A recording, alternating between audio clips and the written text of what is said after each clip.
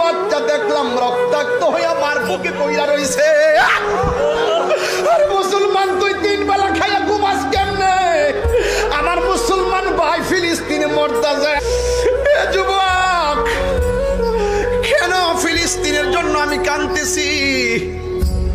ফিলিস্তিন আবার এমন কি দেশ হইয়া গেল যার জন্য আমি কাঁদতেছি? শুনেন শুনেন, শুনে না যান, ফিলিস্তিন মুসলমান রাষ্ট্র। এই ফিলিস্তিনে এমন একটা মসজিদ আছে, এই মসজিদটা ছিল মুসলমানদের প্রথম কেবলা। এই মসজিদটা এমন মসজিদ, দেখাইতে না পারলে কান কাটতে ফেয়া যাবো গা।